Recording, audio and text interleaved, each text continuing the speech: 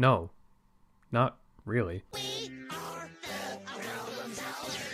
Problem Solverz was a Cartoon Network series created by Ben Jones. The show was originally pitched to Adult Swim as a more dry-humored, psychedelic series called Neon Gnome, but it was reworked to be a Cartoon Network show instead. The show actually takes a lot of its plot and characters from various art Ben Jones made in his past. Jones was the founder of the art collective Paper Rad, which was dedicated to creating retro-tech, saturated artwork. The show follows Elfay, Roba, and Horace, three outcasts who act as problem-solving detectives in their small town. Episodes usually consist of the group trying to solve an absurd problem, but the cast's personalities get in the way and make the problems even worse. They face weird foes like hide-and-seek ninjas, glam vampires, crazy fangirls, and zoo cops. This show was immediately flamed online because of its art style. Everyone argued it was really ugly and saturated enough to cause eye strain. Also, the advertising made it seem like the show had a lot of pizza is awesome type humor, and the first few episodes didn't do it any justice. So the show was overlooked, hated, and cancelled. But did it really deserve that?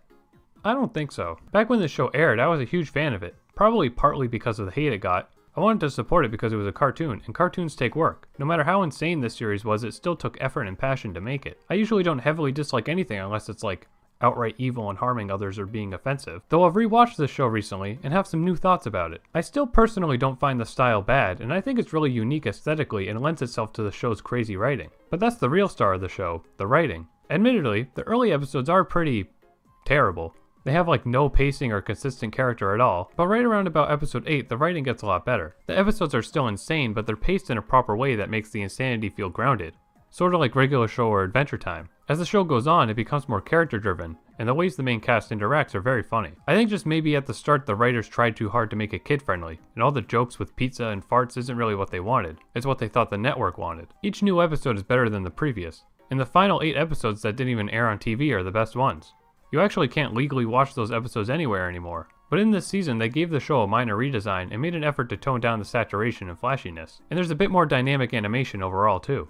I seriously think this show could stand right alongside other crazy shows like Flapjack and Chowder for how pleasantly goofy it is. But unfortunately, in this internet era, the hate was enough to get the show canned. There's actually an entire episode that's indirectly about how the show's hated, and how people are hating it without giving it a chance. I think Cartoon Network and the crew behind this show had a lot of faith in it. It had a Comic-Con panel, they had that viewer interaction thing, and they had really active social media accounts with behind the scenes info, and no other cartoons at the time did that. The show actually lasted for 2 years with 2 seasons and 26 episodes. It's flash animated and they reused a lot of assets, so the show must have been pretty cheap to make. I think the studio heads at Cartoon Network thought the show would hit it off because of its uniqueness, and since it was cheap to produce, it could go on for a very long time. Cartoon Network is always trying new things, but I guess this series was a bit too unconventional to be enjoyed by their audience. So in the end, this is a great, goofy nonsense series that didn't get the chance it deserved. Maybe if the style was different, or those first few episodes weren't so rocky, the show could have done better. But if they changed the style, that would take away a huge thing that makes the show a unique work of art. Nowadays, everyone complains about cartoons looking and being the same, but here was a show that looked and felt incredibly unique, and it was flamed because it was different. That's what got me thinking about this show again. I can understand the style isn't appealing to everyone, but if you like crazy weird stuff like Homestar Runner or Ren and Stimpy, this show is right up your alley.